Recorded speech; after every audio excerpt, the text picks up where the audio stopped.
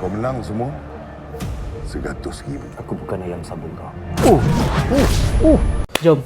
Okay, hari ini kita ada trailer terbaru iaitu Tarung. Baru keluar official trailer. Sorry, saya lambat sebab agak busy sedikit, okay? Apa-apa pun kita teruskan tanpa buang masa. Bismillahirrahmanirrahim.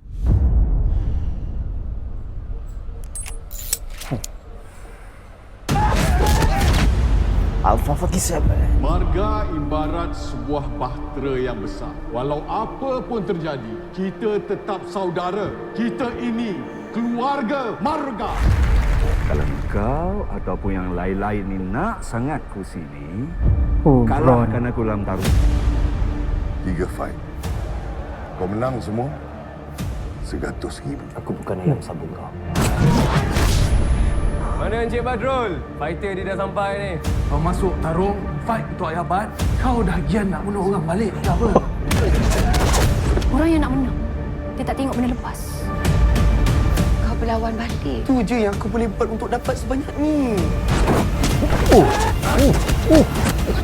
Aku lagi rela mati. Tu kali sial tu.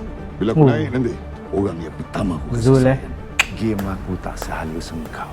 Buktikan yang kau layak. Kau tu pengecut. Setiap kali kau buat salah, kau lari. Wah.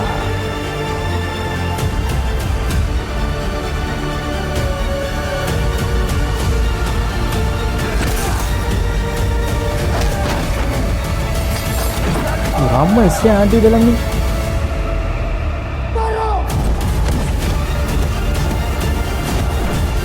Ini style.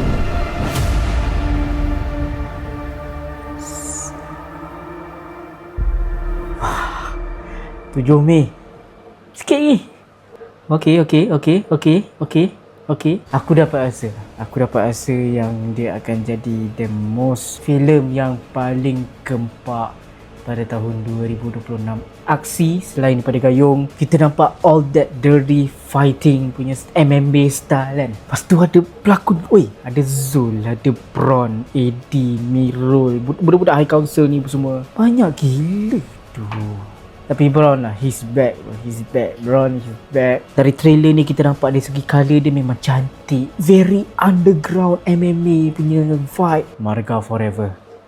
So, korang pun dah tengok. Apa pendapat korang? Cuba korang bagi komen kat bawah. Apa pun guys, support lokal kita dan jadilah penonton yang setia.